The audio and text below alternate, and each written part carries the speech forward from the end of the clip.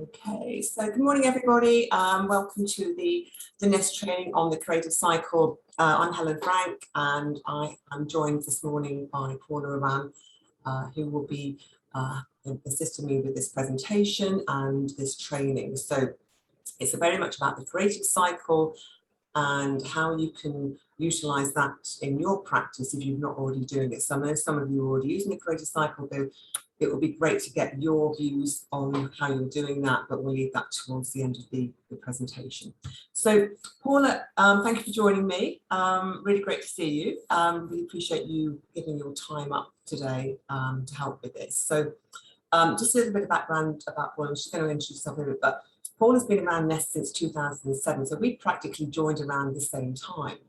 Okay, Paula is all about, you've got a very, I mean, like me, you've got quite an interesting background, but you know, it's very much about, yours is about sort of stress management, and I know you work with corporate companies and their staff. So before you actually introduce yourself, one of the, I pinched this from your website actually, and I thought this is great. It says, as one of the UK's leading stress specialists, Paula has developed effective, unique and proven stress prevention and resilience training programs for individuals and organisations. Her unique research-backed approach to reduce stress is designed to help her clients return calm, focus and clarity, improving mental and emotional health. So Paula, would you like to introduce yourself, please, and give us sort of a bit of background and what we're going to be talking about today? Yes, well, thank you very much, Helen, and good morning, everyone. It's great to see you here. And I thought you were NES, actually, Helen. You said we started at the same time. I thought. Some days I feel like I am, yes. As Helen said, and as I've got on my website, you know, my whole focus is stress prevention, actually. We can't stop the response to stress.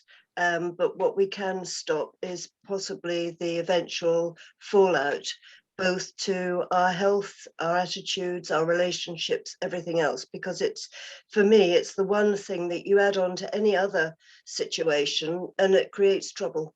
So that's always been my my goal, to help people reduce it as much as possible.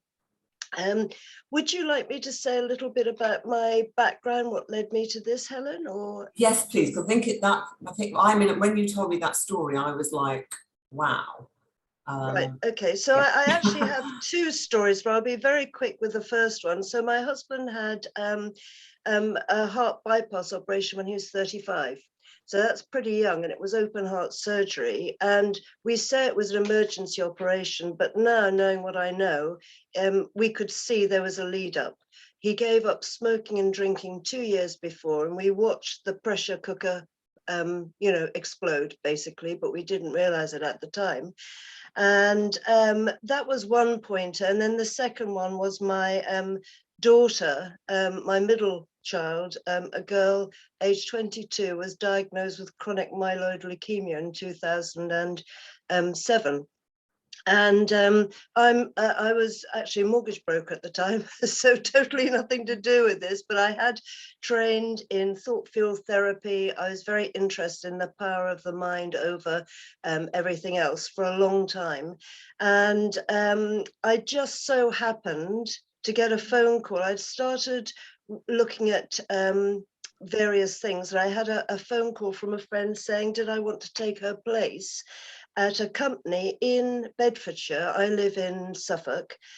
She's in Essex, and to take her place at this meeting for a demonstration of something. It sounded a bit weird, but she thought it would be right up my street.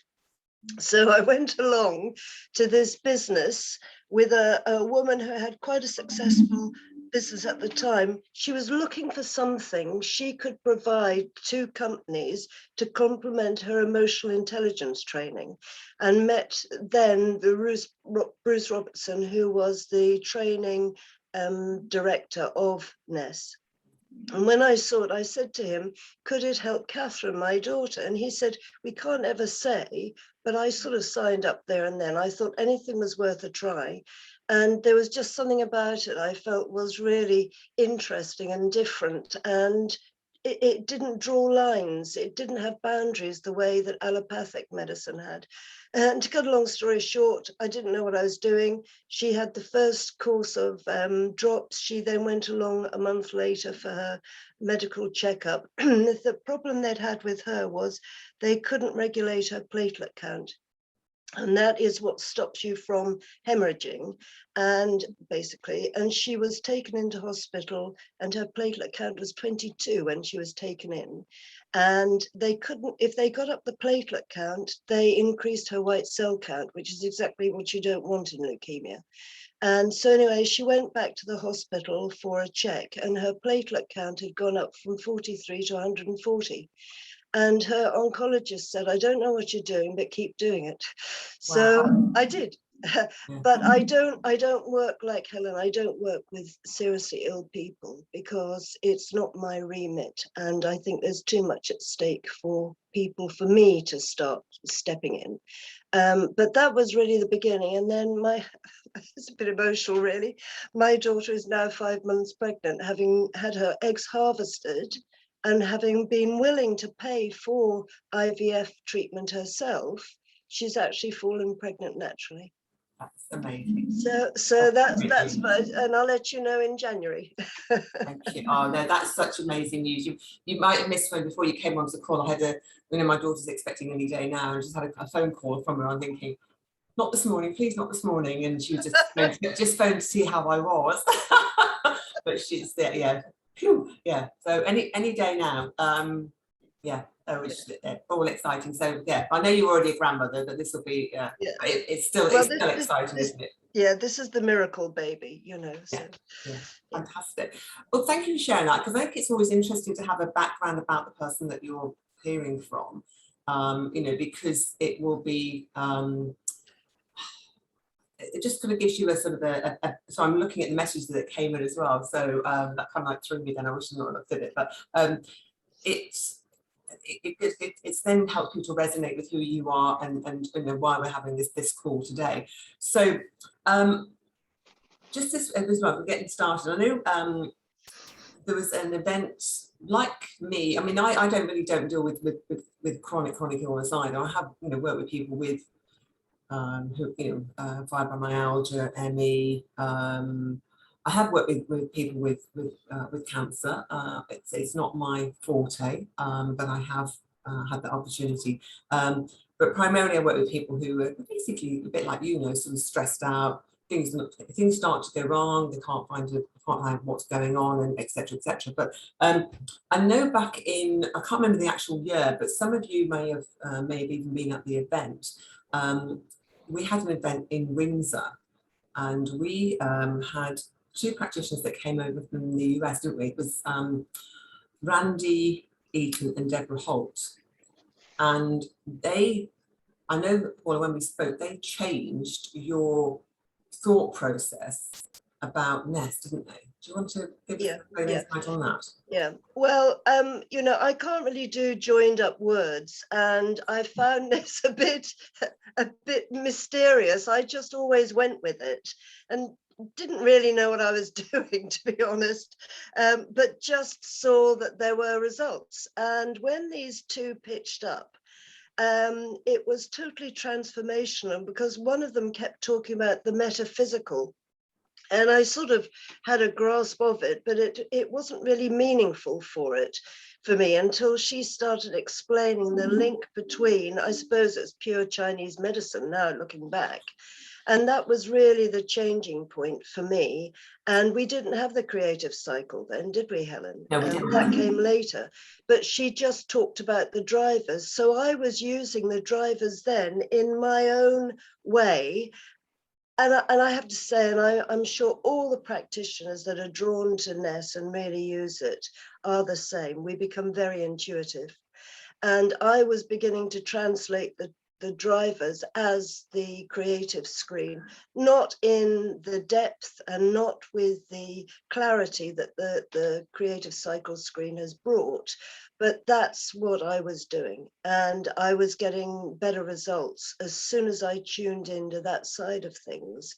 It just, you have a kaleidoscope and you just move the end one little bit, Yeah. and then suddenly the picture changes. That's exactly how it was for me, that particular session. So yeah, that was it. Fantastic. So, and I know that sort of opened up a lot of people's eyes and the other possibilities, really. So if I can go back to earlier this year, I'm going to do a screen share with you in a minute, but you just give us a bit of a background on sort of where you were emotionally, physically. What, earlier last year? Was it last year? No, it was earlier this year, wasn't it? 2020. Yeah. Oh, okay. Yeah. Sorry. Yeah.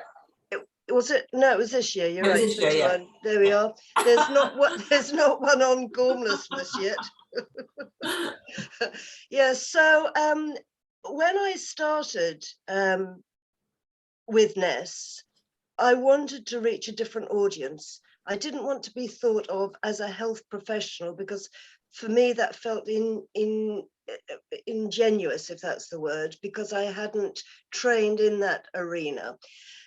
So I looked at start joining some sort of networking organization to give me a platform, because I knew if I could show people one-to-one, I'd get them as clients eventually, because it's irresistible. That's how I felt.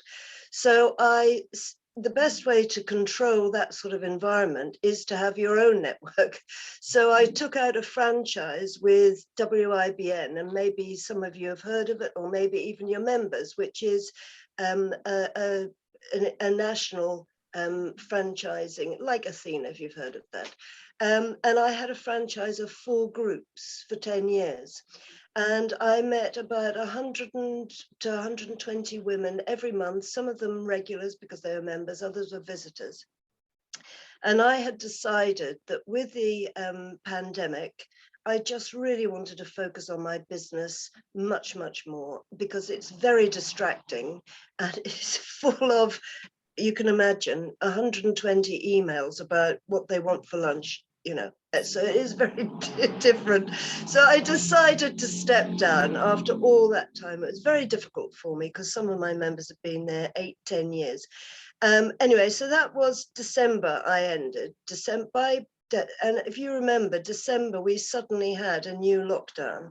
So we thought we were going to all have Christmas together, but there was a new lockdown. So I couldn't see, obviously, my children, just like everyone else. So in January, I was really fed up. I'd been all the Christmas food I'd eaten, because I thought, well, I might as well eat for them. And I was feeling quite low. You know what it's like in January. It's dark. I go for long walks early in the morning, but of course, the closer to the longest day it is, the less time there is for walking and business. So all in all, I was feeling fed up. I was drinking more than I should have done, starting sort of around Christmas time and just carrying on. I'm not a drinker by any means, but, instead of maybe 1 glass every 2 weeks, I was drinking 1 glass a day, maybe 2 sometimes. I actually one day even had 3 tins of lager,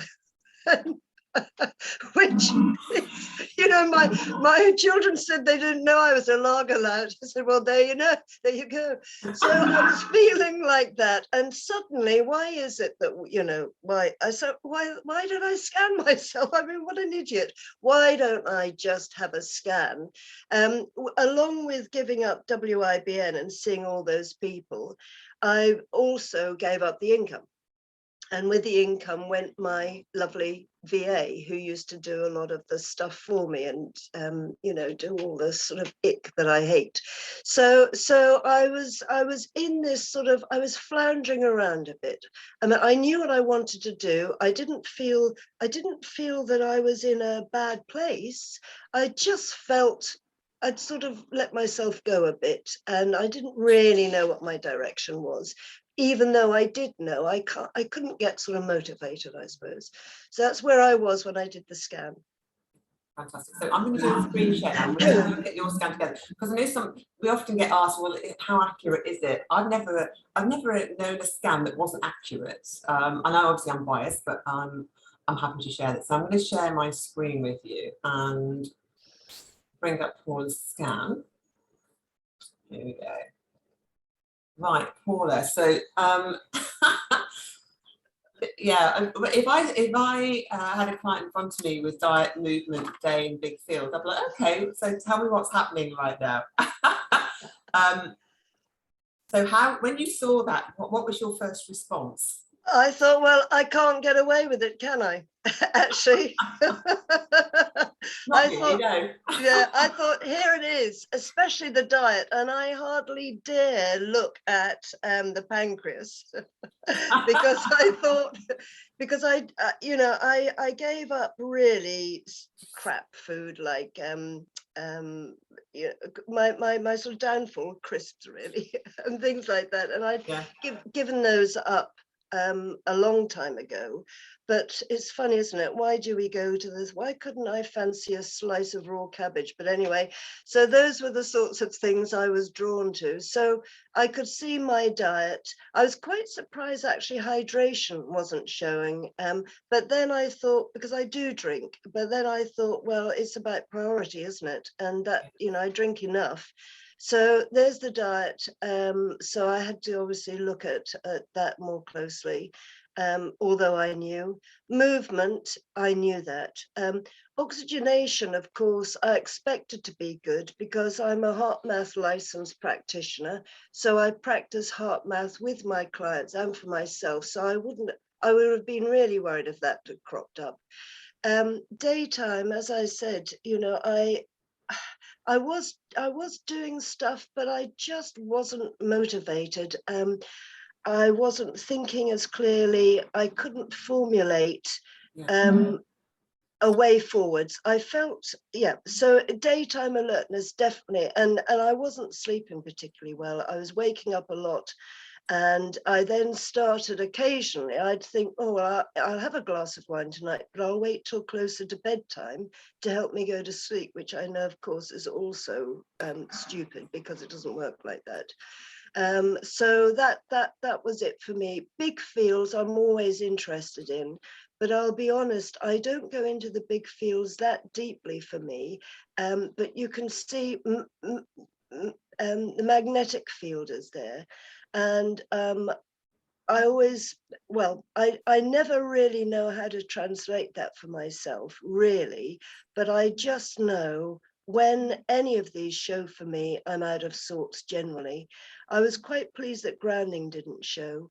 I thought that vertical would be higher, actually, with gravity, because I didn't, I was feeling I couldn't get up in the mornings as easily. I was lethargic, but I couldn't sleep. So there was a lot of that going around. I don't know what your take is when you read for people. When you see the connection between day and the magnetic polar axis, it's it's looking at the body's natural circadian rhythm. So quite often in the winter months when we're getting less daylight, you will often see that people's circadian rhythm is out of balance. It's quite normal, and obviously in other countries as well. But it kind of just sort of hits home that actually we probably need to spend less time in front of computer screens in the evening. Smart devices. How many people do we meet who constantly have their they've got their big TV screen, and years ago the TV screen was in the corner of the room and it was like put away at the end of the day, wasn't it? But these days it's like 70, 80 inches on the wall and it's on 24/7. I can't believe I go to people's homes and I'm like, oh. And they just, we just listen to the music. Okay, we're not on the radio. And I find, it's like this whole sort of great big system thing. And then they sit there with their tablets or their mobile phones at the same time. So there's going to be an element of that in it as well. But generally, if we see day coming up, it's usually the fact that your body is not this out of synchronization with the Earth's natural pattern. Okay. Yeah. So anyway, we're here to talk about the creator cycle. So this is really interesting. Obviously, some of you who are looking at this, from old school, probably thinking energy strength. That's what we can now class as the energy. Well, we used to class the energy drivers, so we kind of like use different languages. So this was really exciting for me when you shared this with me, because you've got cell driver, circulation, and pancreas. So initially, what was your, take on what you actually saw? Well, the first thing I look at is source energy. And I was quite pleased that source energy was clear, because I had thought maybe the scan would be worse than it was in a way, in terms of, everything flagging up. So cell driver for me, that is for me like the sluggishness, the messages between the cells not being as clear or as accurate as they should be. I always remember at one of the trainings we were told if ED1, ED2 and ED3 all flag up purple, that to really look seriously at the person's physical health. So that's always stuck in my mind. So, the fact that I've got a yellow in ED2 and then the cell driver was a bit of a warning for me.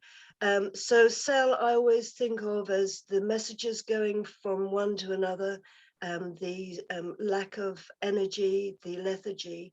Do you want me to tell you how I translate this, Helen? You can do. Can I just intercept a minute though? I mean, yeah. What's really interesting, you mentioned back in back in sort of January, February, how you were feeling, and the fact that you've given up your your networking franchises, and it was that was part of your identity, and cell driver is very much about your identity.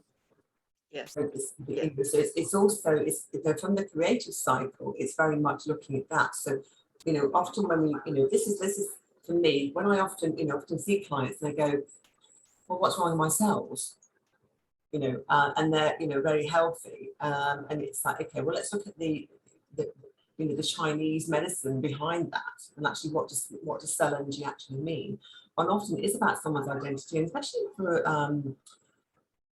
I can't really sort of generalize here, but women, often we go through stages in life when we lose our identity, or identity changes.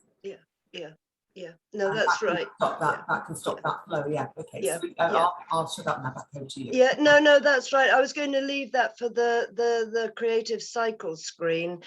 So about identity, absolutely. And one cell on its own is a complete being, isn't it? It's So let me move on to the creative cycle so we can use that. So if anyone's not sure, it's under the life journey under creative cycle. So there's your cell driver. Yeah. So then this brings the sluggishness, the lack of messages, if you like, to life in the identity, the word's identity. And also it says, sense of self, individuality, responsibility. So again, it's what resonates with the person when I'm going through the scan. For me, it was the word responsibility, I mean, who else is going to sort this out? It's got to be me, and so it's such an intense screen, this one. And to me, it's well, people say you're a witch, so that's how good it is. So so then it goes on, and also again resonated with me at this time, building blocks. So if you like, my 10 years with WIBN was being used to build my future in my change, to do more what I was being drawn to, which is focusing more on this type of work. So then we move on to circulation, which is flow. Yeah. So again, I would put this down to the movement, which showed up on the home screen. Although I'm oxygenating myself properly, I'm not moving around enough in my body physically. But of course, I was feeling out of the flow, not seeing these women, because the franchise was taken over by someone else. I couldn't really be in touch with them in the same way I had before, because if you like, I'd sold them on as part of intellectual property, or however you want to call it. It just wouldn't have, it wouldn't have sat with me properly to try and be in touch with these women at a different level following that. So I was very much out of flow. We were all, I think this has cropped up a lot for people, you know, being out of flow during the pandemic, you know, not seeing my family at Christmas time. The whole situation was making me feel out on a limb, if you like, and out of the flow of society, my family, my old life, if you like, which we were all feeling anyway. So it was exacerbated by the pandemic. I probably would have gone through that anyway, even if we hadn't been in lockdown. I would have probably felt all these things, but it was just accentuated because we were all left on our own. And yeah, so that was really meaningful for me. And interestingly, I had COVID right at the start, I think, not badly. The only thing was it took me a long time to build up. So it was March 2020. It took me a long time to build up my energy my stamina, when I went out on my long walks. And my daughter, the one who's pregnant, is actually a naturopath, and she suggested I took iron. Because there's something to do with iron oxygenating the bronchioles and so on when you've had COVID, to open it. She explained it to me. So I actually started taking that around this time, which really helped as well. Okay, fantastic. I mean, it's interesting with flow, isn't it? You know, I often see that coming up for people, and sometimes we'll see that in conjunction with the it's the ER60. 64. It's the one around the feet to stop people moving forward. Where it's almost like the world's moving around you, and you're just watching it go by, and it's like, well, hang on, you know, wait for me. What? And you know, when you combine that with identity, you know, you've lost your identity. Who am I? What am I meant to be doing? And then you add in circulation and the flow of energy, and not knowing if things are actually moving as they should be, or even sort of flowing in the wrong direction. Yeah. That's when you can start to look at the sort of bigger pattern of what's actually going on. So this is how I use this information to actually explain this to a client, so they can then understand and act on that and take some responsibility back. Yeah. So with my clients, I then start to ask them, you know, what do you think's going on here for you? And very often with flow, there'll be some trauma in the background that crops up. So it wasn't that with me, and it doesn't always have to be, but it can be, because I would have looked at the mind-body screens as well by now, you know, so I could then see if there was something trapped in the past that's still resonating. Yeah. So then would we bring in, you said you weren't surprised by pancreas. Like, is it three tins of lager? Oh my God. That's a lot, isn't it? That is a lot. It is a lot. Yeah. Over the course of, was it an afternoon or an evening? It was Saturday afternoon, early evening. We have, even during the lockdown, my mother-in-law came to dinner every Saturday. So got you through that, yeah.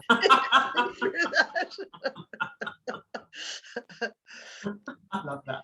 Okay, so pancreas, and then obviously we've got manage coming in. So again, you know, where obviously you weren't surprised on the sort of, you know, on the physical level, because of, you know, you knew you were abusing your body. But how did you sort of relate that into the well, this is my favorite one, because it's life could be sweeter. You know, whenever I see this, it means the life isn't as sweet as it could be for people. So they want something to sweeten it up. And it's always proven true for me with my clients, and obviously myself. You know, you're doing something to make yourself feel better somehow, which is, you know, usually linked to chocolate, cakes, something like that, alcohol, anything that's sugar based. And of course, and this hit me in the eyes, you know, like a sledgehammer, delegate. This is the word that jumped out for me. Of course, you know, insulin, the pancreas is all about regulation of the insulin and so on. But of course, that's a form of delegation, isn't it? Where the pancreas delegates the insulin to deal with the sugar. And so it made me think of getting back my VA. So that's what I did, because part of it is it's only ever the little things that hold us back, isn't it? It's those little things that just stick in the way. So I got in touch with my VA and asked her if she'd, you know, do other stuff, which is very unfulfilling for her. But, you know, it's great for me because it's just the ick stuff, like creating templates, like, oh, just sort of stuff that I probably could do, but I just can't be bothered spending the head space and energy trying to work it out for myself. You know, I had to do a proposal recently, and, you know, that's the sort of thing that I've never been in big business. I've never been trained to do that. And to put an official proposal to do a trial with a company, that's the sort of thing that I suppose worries me really and holds me back. I'd rather not do it than get it wrong in that sort of situation. So anyway, she's there now. And that was a result of this scan getting her back. Fantastic. So yeah, definitely some managed delegate. And you mentioned, you know, having all of a sudden not having that, you know, that person there to sort of, you know, it's like, yeah, you let that person do all of that, isn't it? It's, you know, like, it's like me with accounting. I don't do accounting. The accountant does the accounting because I actually have no interest in it anyway, but it would just be a massive headache. She does my books too as well, and you know, again, that's gone from sometimes I had 140 individual payments a month to just now what I get from my clients, which is you know, plus my clients before. Now it's just my clients. So you know, it's you know, I can't really justify it at a practical level, but on a mental and emotional level, it's been so freeing, and it's worth it for that. No, absolutely. I completely get that. And you know,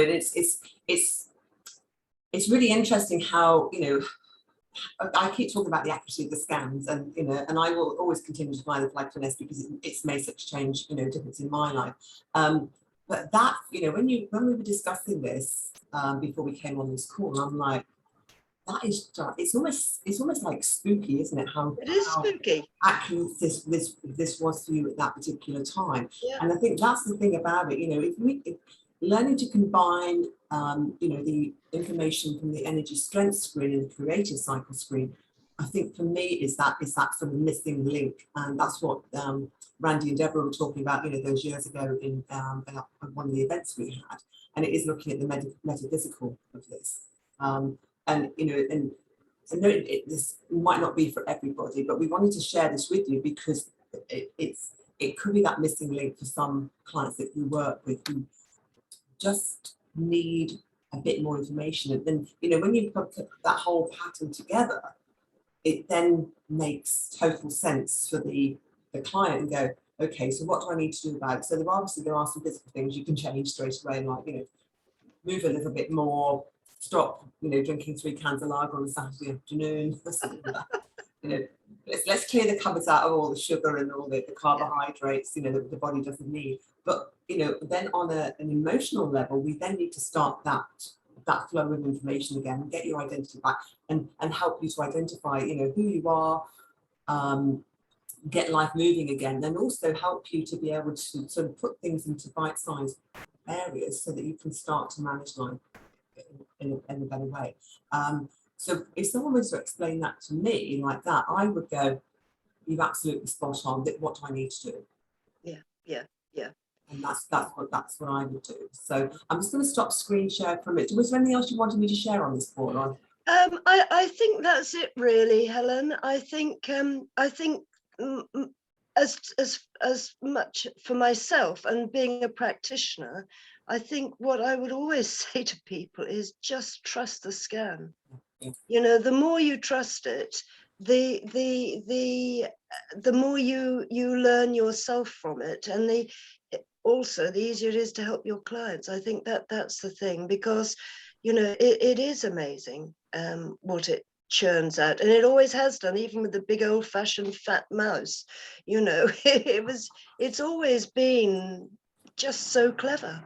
And now with the 10-second voice scan, I mean, that is just amazing. It's I did a voice scan for my hairdresser last week, and I was actually there, and I just set it up on my phone. She thought, and because I set it up for her, and she set herself up as a client. She's like, I can't figure out how to do this. I'm coming over. I'll do it for you.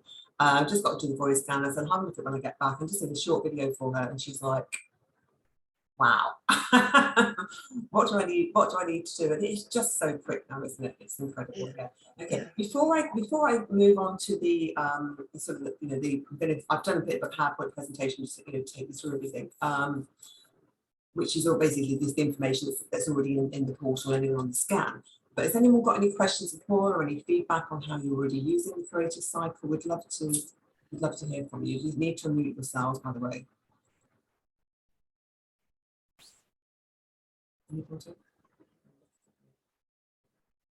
No feedback. Just one thing I wanted to say was, or ask, when you talked about trauma and whether it's there in the background, whether it's revealing itself or not. There is also, not to do with NES, but another theory that we all have had trauma in one way or another, no matter to what degree. So surely, therefore, if I were to go along with that theory, there would always be a bit of trauma hiding behind the background anyway. That's true. There is. And, you know, you can't come through life unscathed from trauma with a big or a small t. Yeah. You know, it's how we learn not to stick our hands on a hot plate. You know, that's a trauma the first time. Yeah. So I agree with you, but is it impacting the person at the time? Is it showing and resonating at the time? Because then it means, you know, it needs to be dealt with. Yeah. Okay. Fair enough. Yeah. Okay. Thank you. I think also as well, if we're looking at sort of more into trauma, and we can do further course about that. We're looking at different aspects of the scan as well. So we're looking more at the mind-body screen. You know, whereas today was more, I think it's really to help people to translate what the creative cycle actually is. It was more to do with that. But no, I totally agree with what Paula was saying. Though. Yeah. Okay. Thank you. It's nice to see you anyway. Thanks. Thank you. Right, okay, I'm going to go back and do another screen share. And I've got a presentation to share with you about the creative cycle, and really just sort of helping the things to marry the two things up. So if I do a screen share, should be this one.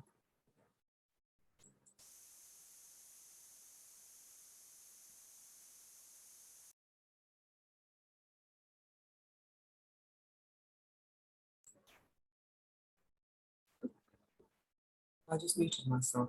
Oh, right. Okay. I hope everyone can still hear me. Yeah. So I've gone too far. I can just go back one. Backspace. There we go. Right. So yeah, just I'll share this as a PDF if anybody wants it afterwards, sort of come out via marketing anyway. So really, we're just going to go through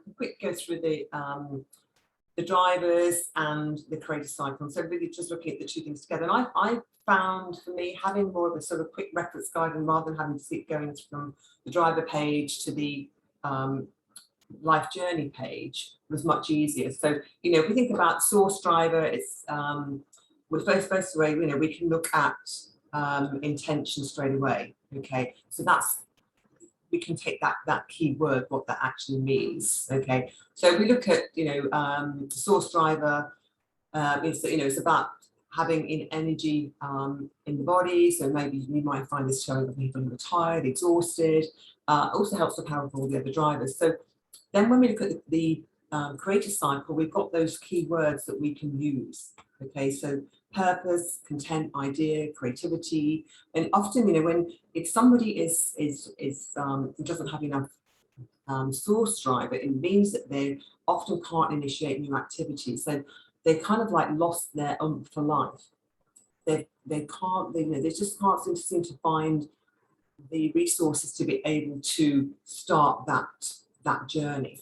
So on a sort of a bigger scale, so it's about, you know, we look at the human body field, you know, needs source energy to be able to activate and initiate activity in the body. Okay, so it's, you know, we think about it as our intention energy. It's that sort of initial concept, you know, where we start that process.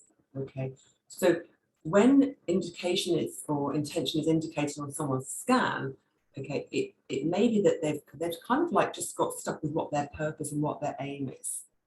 So, you know, there are things that people can do alongside this, but, you know, this is primarily to get clients understanding and knowing that when they take the infoceuticals, that's going to make a difference in their life and actually help them. So it's not suddenly going to make them into a Duracell bunny, but what it's going to do is it's going to help their body field to start that process and start to do things. Paula, have you got anything to add on that? You're muted, by the way. Yeah, sorry, I was saving the bandwidth there. Yes, so I agree with obviously everything you've said there, and I do look for this one, and then further on I do look for triple cavity as well. But are we just sticking to the creative cycle and drivers here? Yeah, we are on this particular one, yeah, but no, definitely if you see triple cavity, that's another big pattern to look at, isn't it? Yeah. Okay. So the heart imprinter, it's all about communication. You know, so we're looking at information, you know, the main thing is about information transfer in the body. Okay. I love this one because it actually works with positive emotions. Okay. So if someone, you know, this kind of like move on from, you know, source driver, but this is about if someone's lost their confidence, they've forgotten how to express, they've kind of like lost that link how to express themselves. Okay. And I've been doing some work on research on menopause, because it seems to be the latest topic of conversation in this country anyway. And this is a fantastic one, because quite often, you know, ladies, when they, you know, start going through the change, they lose confidence, they lose their identity, their self-expression. So that's a really great one. So if, you know, if you're struggling to be able to explain what heart imprinter is, bring the creative cycle up. Okay, so it's about communication in the body. Okay, it's about sending messages, transmitting information, you know, to people in the universe as a whole. Okay, so if it shows up for someone, it may be that they are not able to communicate what they would like. Okay, they've lost the ability, the confidence, the belief in themselves to be able to communicate what's right for them. And you often see these people, they're kind of like, they just follow the lead on other people. Okay, maybe that someone is being in a relationship that perhaps has not been a positive relationship for them. Okay, and they've kind of like they've just lost that ability to be able to be themselves. Okay, lost the ability to be able to dream, to have goals, ambitions. Okay, so that is ED2. Anything on that one, Paula? Yeah, I sometimes ask them if there's a bit of head-heart conflict as well, because when people start to lose a bit of confidence, they then think what they should be doing rather than what they want to do. And I think, as you say, you know, that is much more with women. For some, I think it's because, you know, men tend to be more logical, and we think therefore their way is the best, especially when we get older or we go through changes. So there's a bit of that head-heart for me. There's a bit of head-heart communication as well. No, absolutely. Yeah. Okay. Thank you. Okay. So we've already discussed cell driver about identity, and this was Paula's, but you know, it's you know, metabolism, communication in the body, looking at different immune cells. But then we look at the, you know, the creative cycle. It's about, you know, responsibility, being true to ourselves. Okay. It's also about that energy and having those building blocks. Okay. So this is where it's interesting when you go back and when you were talking about, if I've forgotten that. So if you see ED1, ED2, and ED3 as all priorities, that's some things that you probably need to address on a physical level. So go further into that. So so that in NES theory, we're looking at the cells of the building blocks of biological life forms. Okay, so we start life as a single cell, and then it grows out from there. So each cell has its unique identity. Okay, so it's about being clear about who we are.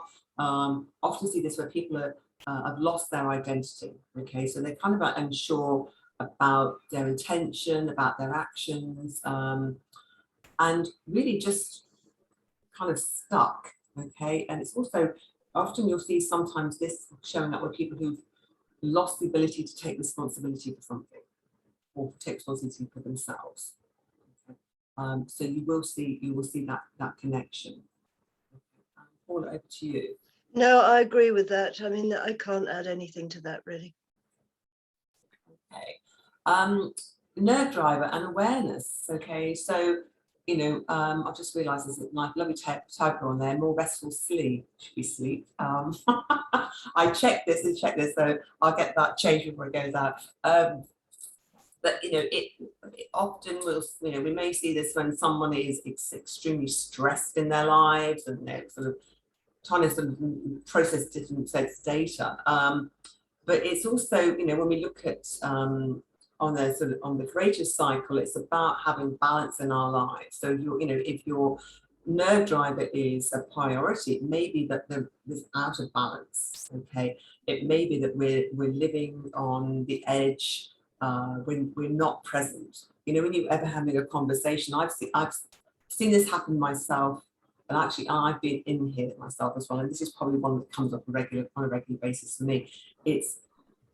I'll be having a conversation or doing something, but I know I've got all these other things going on and I'm scrambling. Okay, and it's because my nervous system is on high alert, and it's bringing people back into the present and helping to calm that down. So if we go further into this, it's about awareness and feedback between our sort of physical world and the inner world of our mind. So it's when this shows up on a scan, it's maybe that someone is not able to acknowledge what's actually happening in their world. Okay, it's about we use those expressions about come to your senses or get real. Okay. So it may be that someone who is so intent on reaching something or achieving something that they are not able to identify with actually what's happening around them. Okay, and it may be that they start to take on new behavioural patterns. Okay, or repeating the same patterns over and over again. Paula, any? Yeah, no, this one for me is a big flag for the person that they need to really start looking at the stress in their lives. And for I can't remember her name who asked you about trauma, this would flag it up for me to start looking deeper at the other screens to see if there's trauma there triggering this as well. Thank you. Circulation. So we've looked at this one with already with Paula today. Generally it's about the flow of blood, the quality of blood in the body, but also when we think about the flow of life. Okay, so moving forward, or people being stuck, lost trust in themselves, lost trust in other people, lost trust in the fact that life is actually going to fulfill them. So it's talking about someone being stuck in their journey. They become life's become stagnant. Okay, maybe that they're flowing. The direction of their flow is out of alignment, so it's going in the wrong direction. Or sometimes we might see this is that life is flowing so fast they can't deal with it, or they're just not enjoying that journey. Okay, so it's about being clear on your goals and your dreams and what you want out of life. Okay. Okay, so life should have a nice flow to it.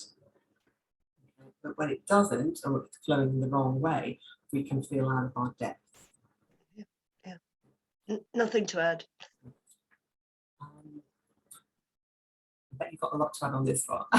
Okay, so the heart driver, it's that big emotion. Interesting that Chinese medicine associates this with joy. It's our emotional center. It's also looking at the connection between the midbrain, auditory, visual, and motor function. Okay. So our keywords are emotional, drive, energy, motivation, fulfillment, expressing feelings, and reason for doing or being. So look at the bigger picture. So this is, sort of going back to traditional Chinese medicine, about the strong link with the heart and the emotions. So the heart is, it pumps positive emotions, also negative emotions around the body. Okay, so that's why it's got such a big emotional motivation. Okay, so if you people who will be out of balance with their heart driver, maybe that they're on a sort of a journey of destruction. Okay, it may be that they've lost the ability to move forward and with emotional motivations. Maybe that if they've gone to an event or a party that probably they might not want to go, because they're just not in that zone to be able to be with other people, and just feeling really low about themselves. Okay, so quite often you'll see that person who is not able to radiate affection, love, joy, and they feel everything about them is quite negative. Can I ask a question, Yes, Helen? yeah. At the top it says there's a connection between the parasympathetic and the sympathetic nervous system. Yeah. Is that right? That's right. Yeah. So is there also a connection with the vagus here, with the vagal nerve, and also trauma? Yes. Because if those are all out of sync, then that would suggest that there's something much deeper going on, wouldn't it? Absolutely, yeah, absolutely. So this is, we're not, what we're not doing today, we're not looking at... Sorry, yeah, I know, Yeah. sorry. I just wondered if there was a connection. Yeah, no, absolutely. I mean, I've just been on the vagus nerve summit, and it's absolutely, it's all connected. It is all connected. And, the vagus nerve is over the last sort of 2 or 3 years has become, it's become the sort of latest thing to look into. Absolutely, yeah. So you will, yes, there will be a connection with that, and you'll also, you'll see a connection with the vagus nerve and what's going on in the digestive system as well. Yeah. Sure. Okay, thank you. Thank you, Liz. Paula. Yes, yes. So when I see this, I always think of the Shakespeare quote, "To thine own self be true," and when people feel true in their heart, then they can change the emotional motivation. Yeah. And anyone who's done the heart math work will know that the heart just is emperor, really, in many ways. So especially if this comes up with nerve driver. Yeah, no, definitely. I think, it's always, remember that when we're talking about anything on the scan, it's basically textbook until we're actually applying that knowledge to a person. Yeah. So it always goes back to, read the client, and you adjust they don't adjust, but you actually bring the information from the scan to life for that client. Yeah. But there's some good points coming up. Thank you for that. So lung driver, generally we see lung driver coming up. We think about levels of blood oxygenation. We may look at in conjunction with the environmental screen to something if we've got any priority on here. But also that that exchange of information as well. So it's about what does the lung energy actually mean on the creative cycle? So in Chinese medicine, it's about grief. Okay, so it's about loss and grief. Okay, when we look at creative cycle, we're looking at change. Is something's change in their lives, about give and take. About receiving and releasing. That's the big one, isn't it, with the lung driver? Okay, and letting go of things. Okay, and learning to relax more. So we go further into this. So it's about having a good level of oxygenation in the blood, and then being able to expel sort of carbon dioxide back out. Okay, so it is that sort of that whole exchange of information and energy. Okay, but often when as I said, when lung driver comes up, it's often where people are still connected with elements of grief. They are quite often they appear to be quite negative. Okay, so things that needs to change in their lives, they just don't seem to be able to do that. And often when you give someone has lung driver, you'll often see, not on a sort of physical level, but you'll often see on an emotional level that all of a sudden some old values and beliefs and things that they've hung on to for years because it's been part of their identity, they start to let those go. But on a subconscious level, they're not even aware that they're doing that. So quite often you might notice that somebody else will, notice that the client is suddenly more positive. They're not as negative. They're not. They're much more fun to be around. Okay, so it is about letting go, and then as Paula said, we've all gonna, none of us are gonna get through life unscathed because that's just what life is, isn't it? But it's how we choose to let that go and for life to move on. Can I also add that sometimes it's about give and take between people, and it may be the person feels someone else is taking more of their energy than they're returning, like in an unequal relationship or at work or something like that. So this is a really powerful, well, they all are, aren't they? But this is a very good reading as well for people. Yeah, thank you. Okay. Right, okay. So the stomach driver. So this is looking at the whole of the digestive tract in NES. Okay. So this will come back definitely into the vagus nerve, absolutely. And if anybody didn't get onto the summit, I would definitely recommend.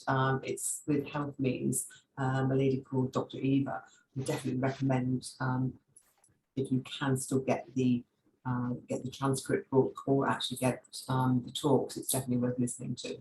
Okay, so there's a lot of great information shared about the vagus nerve, but the assimilation, and it kind of like always goes back to that question. If you ask someone how would you eat an elephant, people look at you, why would you eat an elephant? Well, I'm vegetarian anyway, but it's breaking it down. It's one piece at a time, isn't it?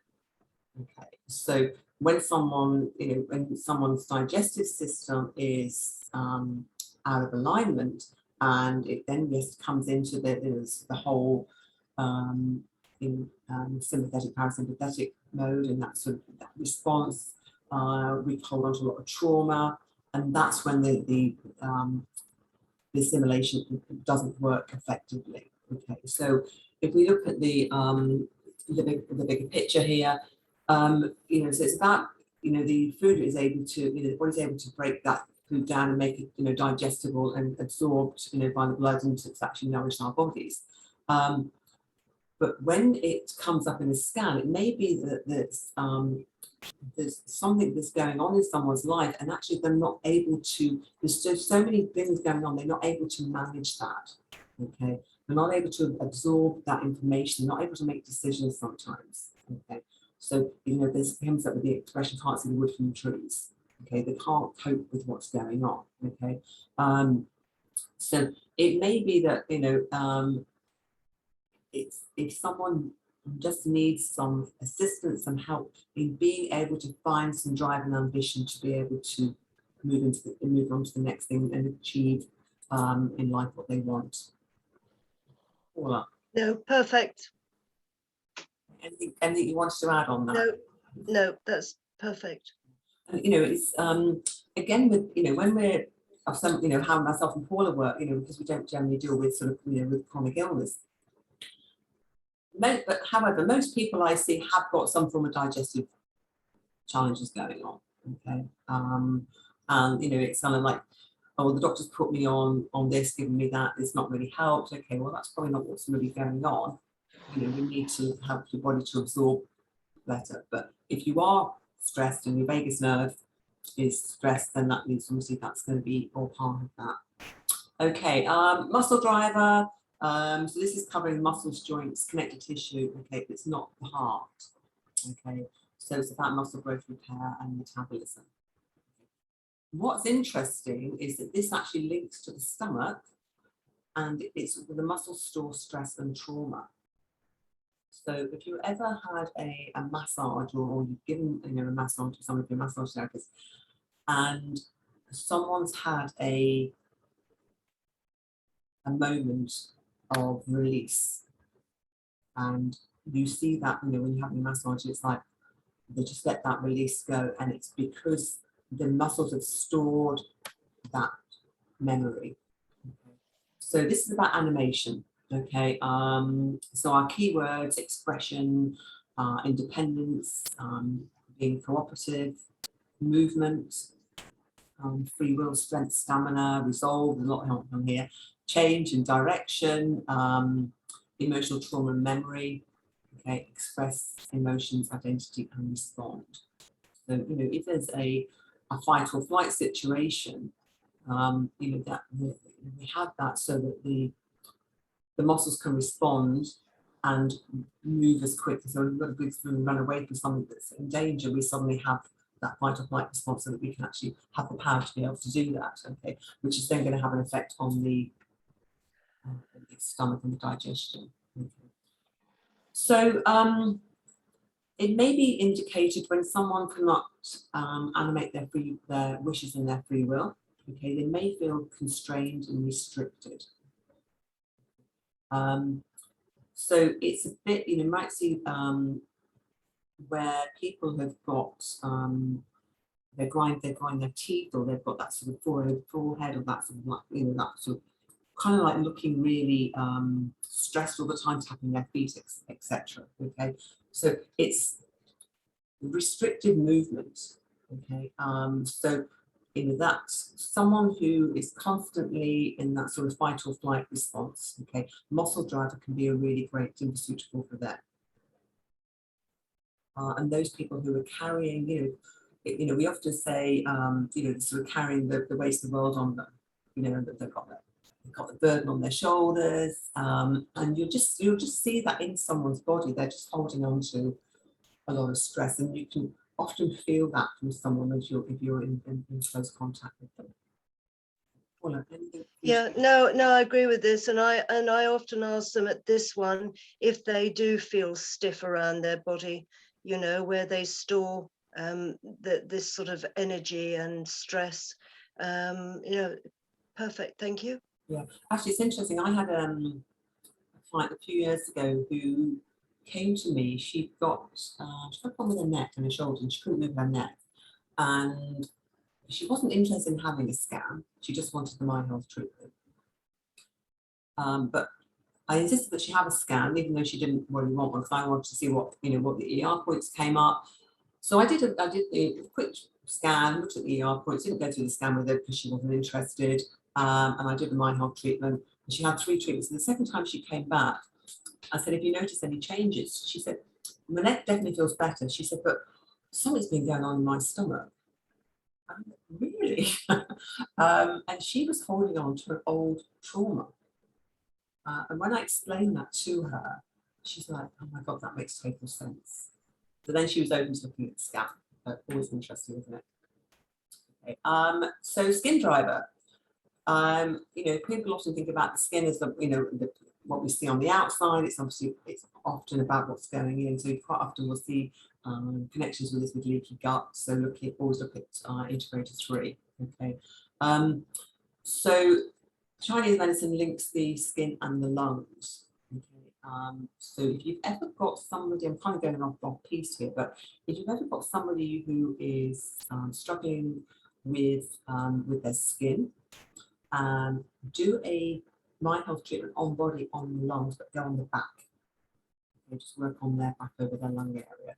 Have some really great responses with that. Okay, and you'll often hear people releasing when you're doing that. Okay, so skin drive is about boundaries. Okay, it's about being clearly defined what we want, what we don't want.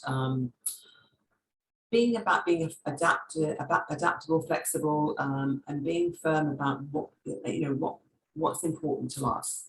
Okay. So often when we see boundaries coming up on the courageous cycle, it's because that person is not able to adapt.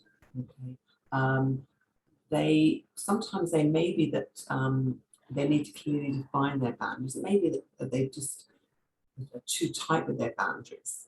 Okay, so it's about being able to almost like take a step back and actually look at what's actually going on. Okay, so and also allowing them to be not to be influenced by so many other outside decisions and look at actually what's important to them. Okay, it comes back to their identity really.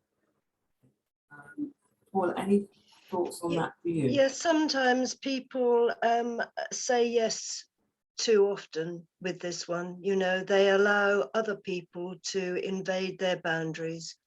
So again, that's something, and this tends to, that's the other thing, isn't it, Helen? When you're reading through these, it just tends to occur to the person themselves as they read it.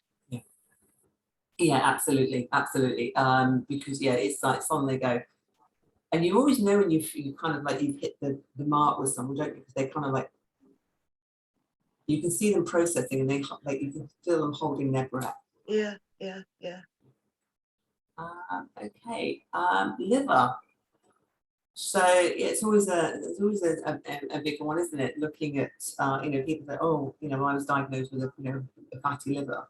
Okay, I'm sure there's a lot of people walking around being diagnosed with a fatty liver, but it's not necessarily about alcohol or food. Sometimes it's actually looking at environmental toxins. Okay, because it's actually that whole sort of detox program that's going on. But this one is really interesting because it links to anger. Okay, so when we look at the liver driver, we're looking at the transformation. Okay, looking at those people's old belief patterns, their thoughts. They're looking at their experiences are often in the past. Okay, so these people are often not able to look at new opportunities because they're stuck in the past. They keep going back to that, and it's almost like regurgitating an event that happens that's so inbred in them, or so ingrained in them.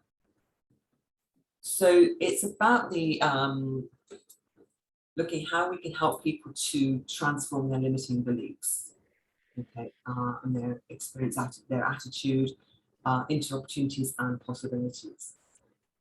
So it may be that that person is just not being able to let go of the past and to move forward. Okay, and I know a number of people that I've been able to help with this, because it's just that whole. While they're trying to explain to someone, while they're letting something that's happened in the past take over their life, they're just not able to move forward and see what new possibilities are happening. Okay, so it's actually helping them to change their attitude. And it's it's like kind of going into an event or a party or something, and you see that one person and you just go, oh, and you'll kind of like you'll move around the room so you can avoid them, because you just know it's going to be the same conversation and the same regurgitation, and nothing's going to change. Paula. So I always use this as a positive one for people and say, your system wants the transformation. It wants, you're going through a period of change, and this is perfect, because this is what your system wants. Yeah. Because I do think of it like that, you know, it's the system asking for assistance to go forwards. Absolutely, yeah. Well, I mean, everything in the scan that comes up is the body saying, I need some help in these areas. Yeah. But what's really interesting is when you see, a combination of different drivers coming up, and then you're looking at that overall pattern. Yeah. For someone, yeah. But obviously we're going through this on an individual basis. Yeah. Okay, kidneys. Okay, so sort of fight, flight, stress again, response. In Chinese medicine, this is related to fear. When we create cycle, we look at analyzing. Okay, so it's about filtering. I guess that, some of these actually do kind of like link with each other quite a bit. So it's about determining what we want and what we don't want.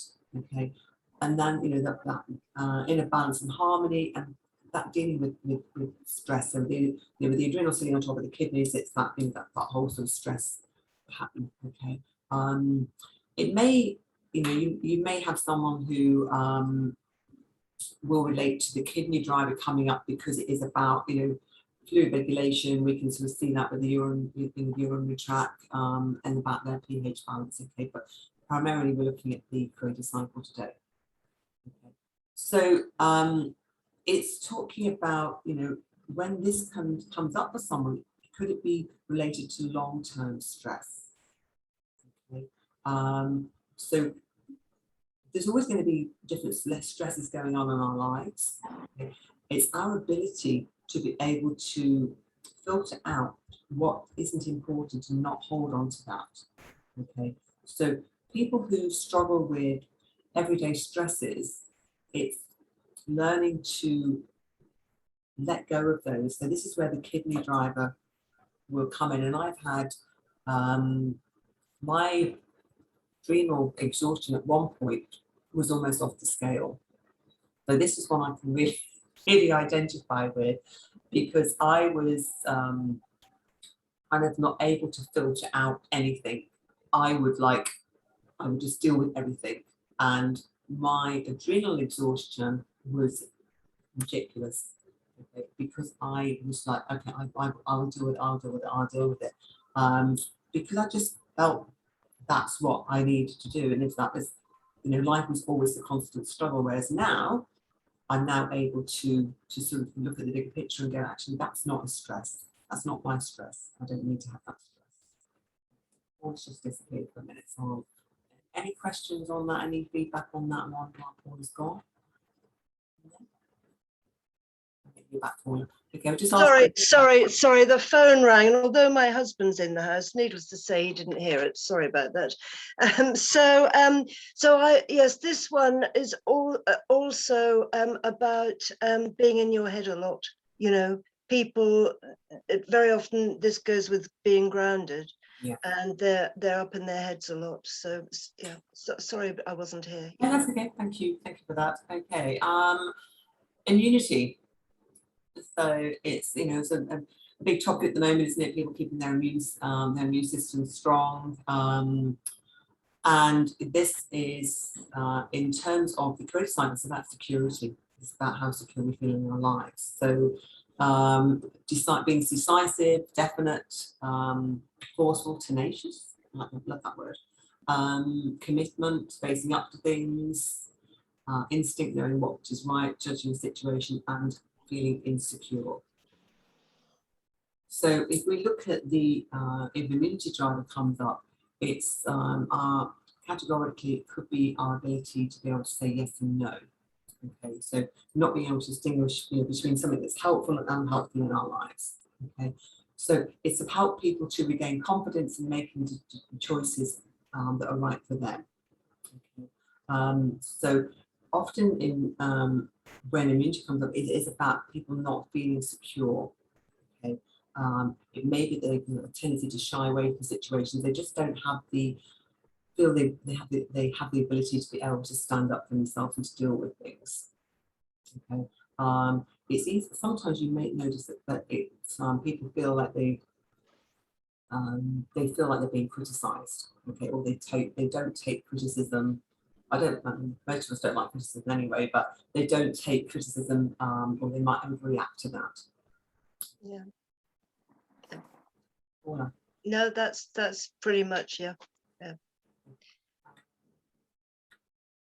And then spleen driver, about feeling centered. So it's our learned immunity, able, so in Chinese medicine, this is about worry, and we'll often see that in the EI12, the shock spleen regime. Okay, it goes back to that. So it's about having a state of calm, being balanced and grounded. So you might see sometimes this coming up with elements of the big field aligner.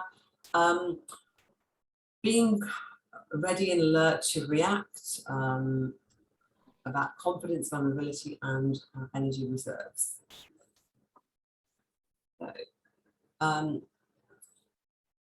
So, this can help with people who feel that their reserves and their confidence is lacking. Okay, so maybe that they've lost the ability to be able to take risks. Okay, maybe that they're feeling very vulnerable. And it's sometimes about they're not able to feel like they can't pursue a goal. Okay, so they know the goal that they want, but they don't have the ability to be able to take the risk to be able to achieve that. So it's kind of like that, the element of being stuck in their journey. So it's that whole worry thing that's going on the whole time, and you'll often see that sort of going on in the stomach and the abdomen as well.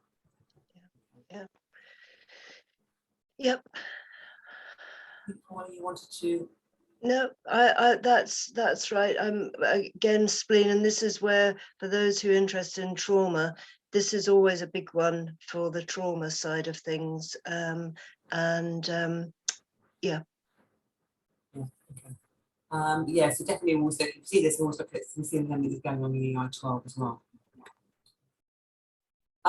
So pancreas, so we looked at this with you. So generally, it's sort of like blood sugar regulation. So looking at the relationship with the liver function as well here. But this is about managing. So it's about control, being able to facilitate, regulate, coordination, delegate. That was a big one for you, Paula. Organised, and direct energy and activity in the right way. So showing someone's scan where they're experiencing difficulty in managing and coordinating activities to accomplish something. Okay. So sometimes it's about, they're not able to delegate effectively. Okay, they're like, okay, I need to do it all myself. Okay, and often it's like you'll have to see people who are putting all their energy into things that are non-productive rather than actually being able to manage effectively. Okay. You may also see this sometimes when those people who are being overmanaged. Okay, so somebody's actually micromanaging them. Okay, so that might be have an effect on someone. Okay, but again, it's looking at the client and relating this information that they can then take responsibility and to make some changes along with taking them suitable. It's always interesting when these come up to get people to keep a note or a little notepad about how things are changing, how they're actually feeling on the emotional level. Okay. And then many of you do that. Okay, Paula, and I know you already talked about No, I think we talked about that quite a bit, didn't we? Yeah. We did with you, yeah. Yeah. Okay, and then coming to our last one, our bone driver. Okay, so generally we're looking at bone growth and repair. Often we'll see this with, in conjunction with heavy metals, so that's where we look at the environmental screen. But it's about support. I would put that, this is like the musculoskeletal that sort of holds up and supports our body or our structure. Okay, it's about protecting us, absorbing all the knocks and the bangs and the challenges. It's about attachment, the end, complete, and the matrix of life. So, into more detail. So it's about the bones giving us protection and support in our lives. So this might show for someone where they are not feeling supported, okay, where they might have difficulty in completing something, okay, because they just don't have all the support mechanism in place. Sometimes you'll see this in people who are going through some emotional changes in their life, okay, and just not feeling supported in their journey. Okay. So it is a really big one. You often find this one, it will give, sometimes this one can give quite a few detox reactions to people as well, depending on also where their overall health is. Okay, so if someone's got a sort of structured environment and feeling nourished and loved and supported, then they have that sort of that support. It doesn't matter what life throws at them, they're able to sort of stay strong in the journey. Yeah. Paula. No, I agree. This is a really big one, because there can be, I've had quite a few clients who've had structure at work, structure at home, but they don't feel nurtured and supported. And that's when it flags up as a purple, because they aren't truly supported. There's the appearance of support, but it isn't really there. And I see this quite a lot. And also people who maybe have been diagnosed with long-term chronic illness, the support appears to be there, but actually other people's attitudes and support wanes, with the ongoing months. So it's a really excellent one. But well, they all are. I mean, they all play. This is the thing, isn't it? It's the interaction of them all that weaves and paints the picture for people. Absolutely, and that is that. That's what the bottom line is here, isn't it? It's sort of seeing what that bigger picture is, and we're not taking any information and support away from the function of the actual drivers, because obviously that's primarily what NES is about. But there will be times, I'm going to stop screen share for a moment. There will be times when your clients will really benefit from having more information about the creative cycle. So that was really what today was all about, and to sort of bringing that more to life, so you can understand more about how you can interact that with your clients. So I'm just aware of the time. It's coming up to 10. Most I should just gone 10:30, so we've gone for an hour and a half. Any questions? Any feedback you'd like to give? You need to unmute yourselves. Yeah. Karen, go for it. Yeah, I'm really curious. When you were talking about your scan, did you check the environment screen? Because you mentioned that you live in Suffolk, and while you were talking, I actually Googled, and a 5G tower was put up in Ipswich in January. And being as sensitive as you are, I just wondered if that had perhaps shown up on your environment screen. I did check and didn't see anything in particular, to be honest. I will go back, actually, now that you've said that, Karis, thank you. Yes. No, I didn't see anything untoward in that. And because I was focusing also on the actual creative cycle screen, where of course that doesn't show, it sort of was a bit submerged, but you're right. I mean, I should double check on that. I think into the future, that's going to change the energy in all the cells, particularly, I would think, in the heart, because it's effectively changing our human structure. So I think that's a new one that we're going to be seeing a lot of as these 5G masts go up all over the country. Yeah, I think that's a very good point. I think also I'll send you a link. I'll send it to Helen, actually, for a short video by Roland McCratey of HeartMath. And what the HeartMath theory, I suppose, is that when you are coherent, you're actually tuning into the energy of the earth. Yeah. And you then therefore become resilient to the man-made energies. Yeah. So, and it's such a beautiful video clip. It's under 2 minutes, and it just fills me with such warmth when I see it. So I'll send it to Helen if I may. That's beautiful, yeah. Yeah, that's wonderful. Thank you. Yeah. The other thing that if you are concerned with, I've done a quick video, I'll put it out on the Facebook group today, is about the youth nutraceutical. Now, this is my favorite, my go-to. But I had a client a couple of weeks ago who she traveled a couple of hours. She was really quite stressed. She's like, oh, I think you've got 5G in your area. Well, I know we've got 5G in our area, and you know, it's here. We can protest all we want, but I don't think it's going to go anywhere because there'll be a lot more people that want it than people that don't. And she got herself in quite stressed because of 5G. So I got her some water, and I just put a couple of pipettes of youth in the water for her. And I actually watched her as she was drinking it, and she was like, oh, that feels so much better. And she said, what was that? I said, it was youth.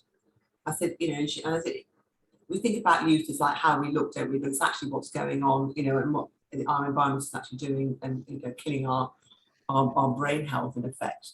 And literally within seconds, it had such a positive effect on her. And she went, oh, I feel good. She said, I was worried that I might not be able to come and see you again because she was so concerned about the 5G. I said, well, it's going to be everywhere at some point, and that's just, how life is now. So, there is a concern with everything. So when we do a scan, we have to look at everything. Which is why, when we're talking about specific points on the NES scan, it brings everything else into it. But if we did like a quick scan review of Paula today to sort of open up and get us to sort of understand and explore more about how important the creative cycle is. But it will always go back to the person that's standing in front of you, whether it be, physical person right in front of you, or a Zoom call or a phone call.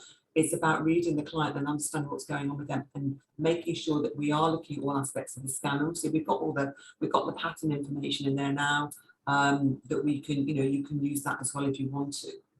Yeah. Does that help?